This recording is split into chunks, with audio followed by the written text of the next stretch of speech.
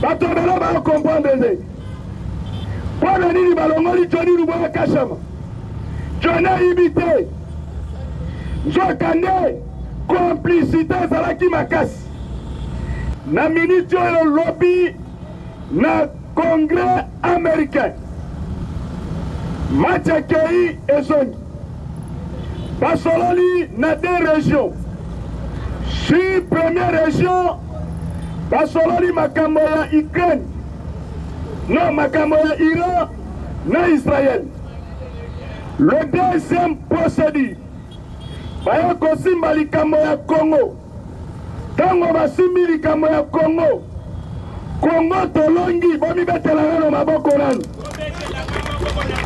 Congo RSI diplomatie ya Tshisekedi RSI na minito na congrès américain Paul Kagame akotisaki recours boyokaki na quinzaine ya juillet il faut ba M23 va quitter sol congolais partout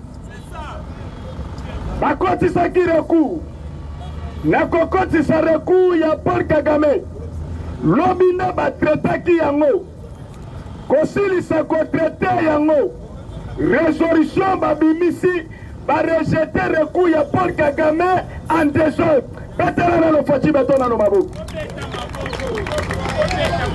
recours ya Paul Kagame barejete yango na recours ya Paul Kagame akomaki boye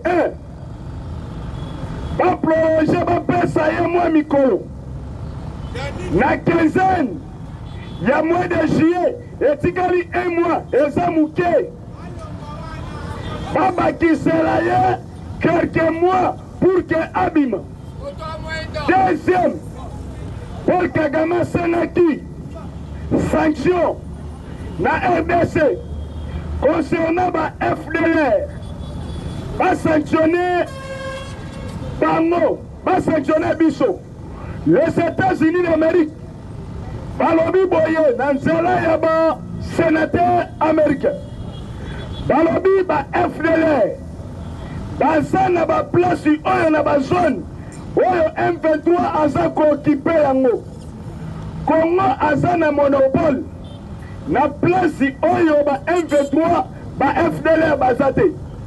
Cela veut dire soki Rwanda azozwa instrument ya kovilpane ya ko-instrumentaliser communauté internationale concernant FDLR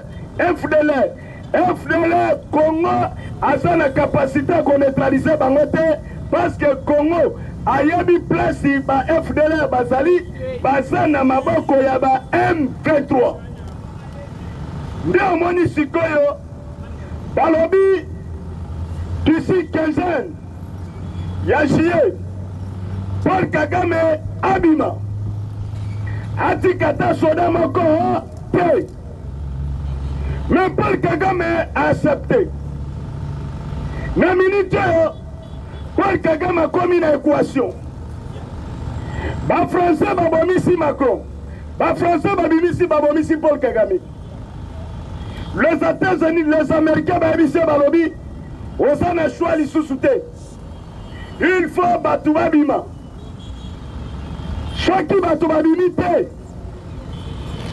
yeba yango ke régime na yo esili Paul Kagame a commis na incapacité na minute o mama na fisi o salami entre Twinenero na Reine Tabara na M23 ba milisi nyonso ya Twinenero na Reine Tabara bao bazalaki na M23 bakomi kobima bakabwani Twinenero alobi na ba M23 osala kope na bino makambo na bino ya bino makambo na bino etali biso te tokabwana batu na nzela na bango kope bebi mpo na nini na minute oyo vi ya nanga ekomi na danger balingi balia nanga komi entre la vie et la mort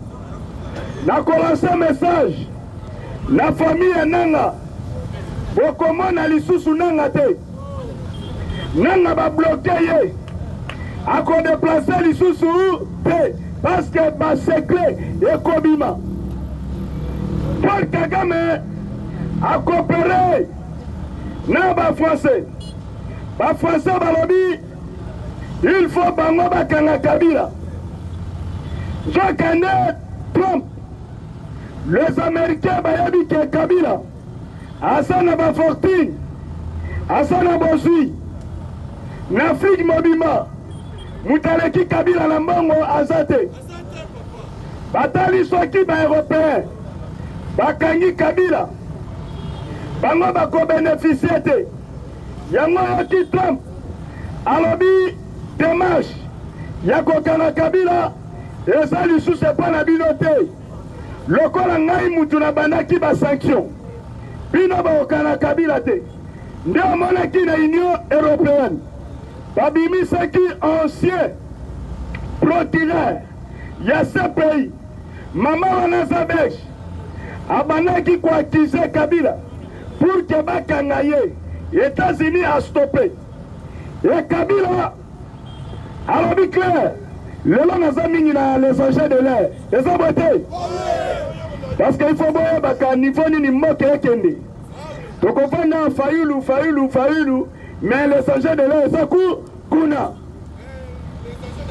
na minute ndenge nazobisa bino Paul Kagame akomi na suka les États-Unis d'Amérique ba bloqué bango moya Kabila bouge eza te Emmanuel Macron abengi Kabila alobi kotambola lisusu na ba pays anglophone te parce que les États-Unis d'Amérique apesi ba injonction pona kokanga yo soki onyati na ba pays nyonso anglophone bakokanga yo nde omoni Kabila azalaki na Lomé na Togo akendaki kosala nini après badémarche ya résolution nyonso ya baaccord ya Luanda le vendredi passé omonaki Lorenzo auti koboykote lisusu koyamba mpe kokota na processus ya accord de Luanda. Lorenzo alobi lokola Paul Kagame bakomaki na suka na Tshisekedi basigné accord résolution ya Luanda. Kagame akimaka Tshisekedi ayaka ngai lokola États-Unis d'Amérique akoti makambo wana ngai na kokota yango lisusu te makambo etali bakor wana etali bino ngai na kokota te.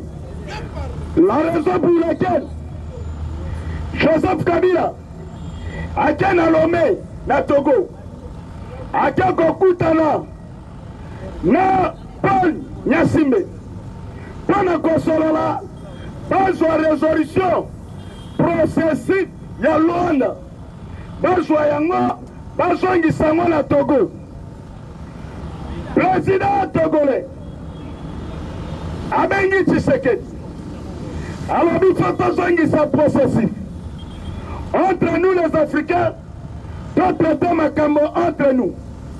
Président Tshisekedi alobi NON na minute oyo président tongolais ana moyen mosusu akosala te bato basuki président Tshisekedi awa komi na calcul ya korenforce mpe ya kobimisa série ya baordonnance kobanda na maison militaire parce que bato ebele baokamu ordonnance nini oyo baosala kobanda na maison militaire ti kokoma na caporal ti kokoma na bakomanda régiment parce que na minute oyo tozokende na dernier virage avant tokoma le 30 juin il faut série ya nomination na armée esalema.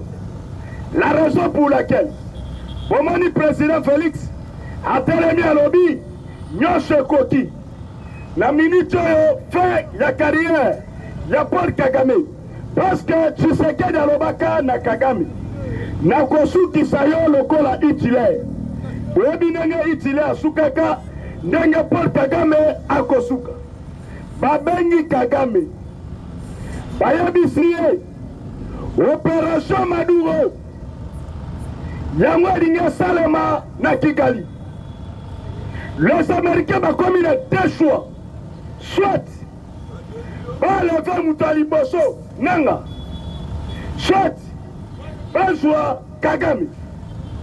Choix eza lisu te ye bakomi deja na suka nanga ayebi makambo na oyo na minute oyo bakongole nyonso balandaki Corneille Nangaa babloke bango nyonso yezala badanier safu bokoyoka lisu danier safu te yezala baClaude Imbalanki babloke bango nyonso Henri Magie Yannick Tisola bango nyonso Fani babloke bango mutu akobima lisusu aza te bakomisi bango lokola bangombe baza na batwa baozela mokolo oyo bakokata bango mitu na minute oyo ndenge nazobisa bino M23 en débandade toyebisaki bango bakopanzana le samedi na borne 13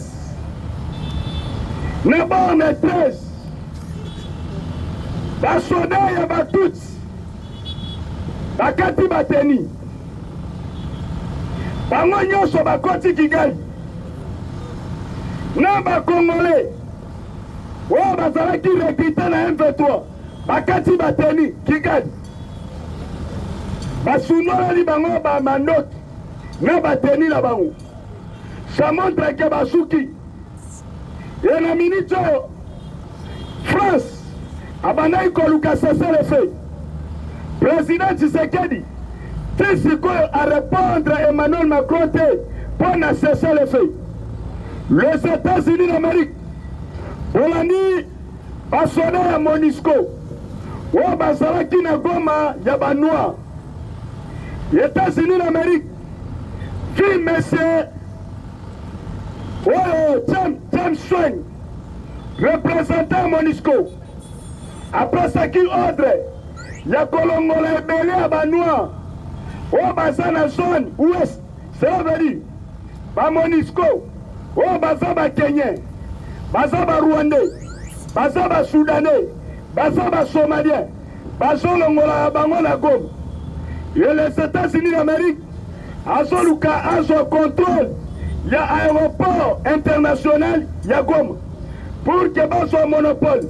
France azoluka azwa monopole ya aéroport pour que abanda kobimisaka biloko na ye yebanda kozongaka ndamu Paul Kagame akomi na suka parce que bato wana nyonso makambo atali désarmement ekomi na impossible pour que esalema tokomi na deux choix, soit tobengana bango na makasi, soit bango moko babima na pete na minute na okite jamais kosignale bino entre Goma na Bukavu tokobanda liboso nini na oki ko avancer information militaire te. Mais ce qui est vrai yezala Goma yezala Bukavu nyonso eza encerclé par le périphere. Petala le Félix Nano Mabo yedede po basimbi na zone de commandement tokobundana bango te bazolongola bango nyonso bazwa bana ya mboka baplace bango bato bela bakomprendre nde mpo na nini balongoli Johnny Luboya Kashama. Johnny ayibi te nzoka nde complicité ezalaki makasi. Johnny aboyi mbongo, Johnny azalaki entouré na bato ya mabe balingaki baleka. Mais le président Félix lokola Aigle alongoli ye gouverneur azokomisa ye wana mwana mboka Cédric à boucler. Parce que parmi on a 3 fonctions. Oh, il y a ça le malaminito. On a maison militaire. Il y a mon compte à Moka, à se bouger. On a un chef d'état-major général. Il y a armée, à se bouger. Et puis on a sous-chef d'état-major général chargé des renseignements. Il y a Congo Mobimba, à se bouger. Mais ce qu'on a nani, ba pion, ba nani. Oh, ba ko bouger, ba bango. Tolo ba ou tolo ba te. Na mesa. Na bouclé. Na bouclé. Et ça va secret d'état. Et ça va être. Wana to pesa banguna. Ba itinele. Ba to bela ba kanami kaka. Oh non. Nani Louba. Peut-être ancien parce que États-Unis d'Amérique, les États-Unis d'Amérique, sur le domaine militaire,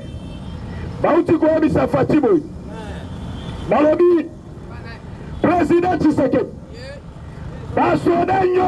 tous les généraux, Nanzela Bitumba, RCD Goma, on a brassage na mixage na armée autolingito formé moutako soit ta fonction te ndaboso kava le 30 baso bimisa bancien ebele wana nyonso bapere wana nyonso bazokende na retraite ntango bazokende na retraite balobi bano nyonso oyo formé ya sika tia bango na baligne de commandement parce que bango bayebi ki traite Batouana basa batraite. Ceux qui ont mélangé bango, madeso ya kopole ko risque to kolamba bango en désordre. No yaki na ndolo hindi. Première fois likili. Général Abosani kaza général akateli peli kili sa sali. Kiwa Abosani kaza général. Akateli pe caporal ali sa sali. Yoka caporal, gardez-vous. On a 8 heures. Bango nyoso bazondi ma présence na 8 heures. Caporal Abibi. Christian Chiwewe Shongesha, président Monajida. Monajida bisabi yaka awa. Telemawa wana. Johnny Numbi, président Monajida.